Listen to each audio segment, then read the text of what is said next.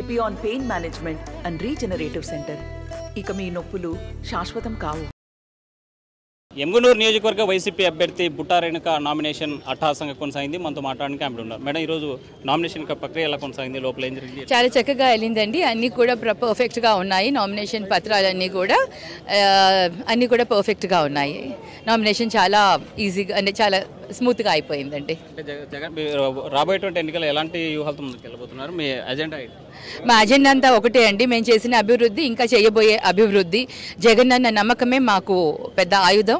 ప్రజల్లో ఎవరికైతే జగనన్న చేసిన సంక్షేమ పథకాలు కానివ్వండి, అభివృద్ధి పథకాలు కానివ్వండి, ఇవన్నీయే మాకు బలం. ప్రజలు అవే దాంతో అదే సంతోషంతో వాళ్ళు ముందుకు వస్తున్నారు. ఆ పాజిటివ్నెస్ మాకు చూపిస్తున్నారు. మీ ప్రత్యర్థి పార్టీ నాయకులు ఇక్కడికి వచ్చి బుట్టా రేణుక బ్యాంకులు మోసం చేశారు, బురుడి కొట్టించారని బహిరంగంగా మాట్లాడినారు. మీ సామాజిక వర్గం సంబంధించిన ఒక ఎంపీ కూడా సంజీవ్ కుమార్ మాట్లాడే పరిస్థితిని ఎట్లా చూడండి?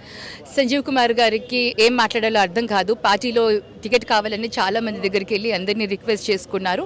ఆయన ఏ అభివృద్ధి చేయలేదు, ప్రజల్లో లేరు అనేసి మరి ఆయనకు టికెట్ దక్కలేదు. టికెట్ దక్కకపోవడంతో ఆయన అసంతృప్తితో వేరే పార్టీకి వెళ్ళారు. వేరే పార్టీకి వెళ్ళి అన్ని అబద్ధాలు చెప్పారు. ఇన్ఫ్యాక్ట్ ఆయన మాట్లాడిన మాటలకు మేము డిఫమేషన్ కేసు వేయచ్చు.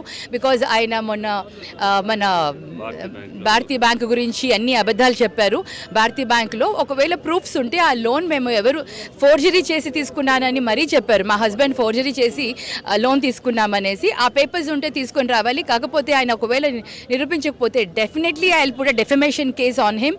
బికాజ్ అర్థం పర్థం లేకుండా నోరు ఉంది కదా అని డీఫేమ్ చేసేందుకు, అంటే ప్రజల్లో నాకు ఒక మంచి స్పందన ఉంది, నేను ఒక మంచిగా ఎప్పుడు కూడా నిజాయితీగా ఉన్నాను అనే ఒక దాని గురించి ఆయన ప్రజలందరికీ కూడా తెలుసు కదా.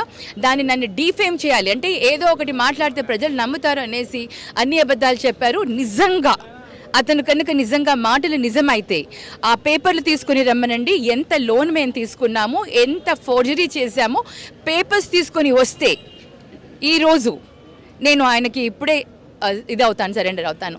లేదు అంటే డిఫమేషన్కి ఫేస్ చేసేదానికి సిద్ధంగా ఉన్నారేమో చూడండి. నోరు ఉంది కదా అని విచక్షణ కోల్పోయి, విఘ్నత కోల్పోయి, చదువుకున్న వ్యక్తి అయ్యి ఉండి అలా మాట్లాడడం అతని సంస్కారానికి మంచిది కాదు. నేను ఇంతకు మించి నేను మాట్లాడలేను. బికాజ్ ఎక్కువ మాట్లాడితే నేను సంస్కారాన్ని కోల్పోయిన దాన్ని అవుతాను. బికాజ్ సెలబ్రిటీ కూడా మీ మీద కామెంట్ చేయడం, బాలయ్య గారు మాట్లాడింది అన్నారు అంటే మేము లోన్ తీసుకున్నాం. ఎస్, లోన్ తీసుకున్నాము. దానికి మేము మా పర్సనల్ ప్రాపర్టీస్ పెట్టుకున్నాము. మాది పబ్లిక్ లిమిటెడ్ కంపెనీ కాదు.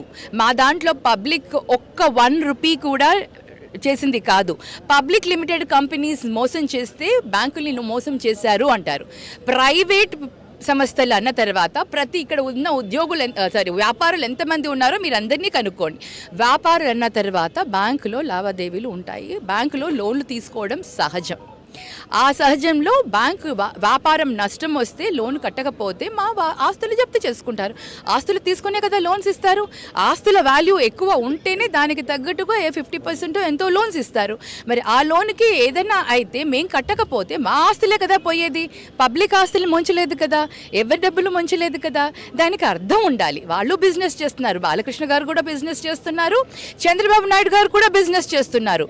వాళ్ళు కూడా బ్యాంకు లోన్లు తీసుకున్నామని చెప్పారు. మరి బ్యాంకు లోన్లు తీసుకున్నప్పుడు కట్టకపోతే వాళ్ళు పబ్లిక్ లిమిటెడ్ కంపెనీస్, వాళ్ళు కట్టకపోతే వాళ్ళు ప్రజల్ని మోసం చేసిన వాళ్ళు అవుతారు.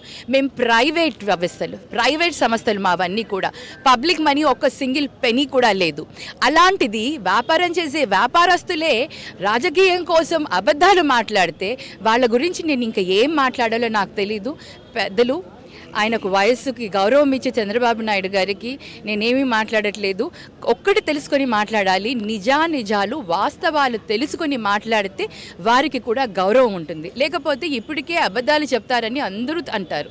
ఇలాంటి మాటలు ఎక్కువ చెప్పడం వల్ల అవి ఇంకా వాస్తవాల కింద స్థిరపడిపోతాయి. వాళ్ళ ఇమేజ్ని వాళ్ళే తగ్గించుకున్న వాళ్ళు అవుతారు.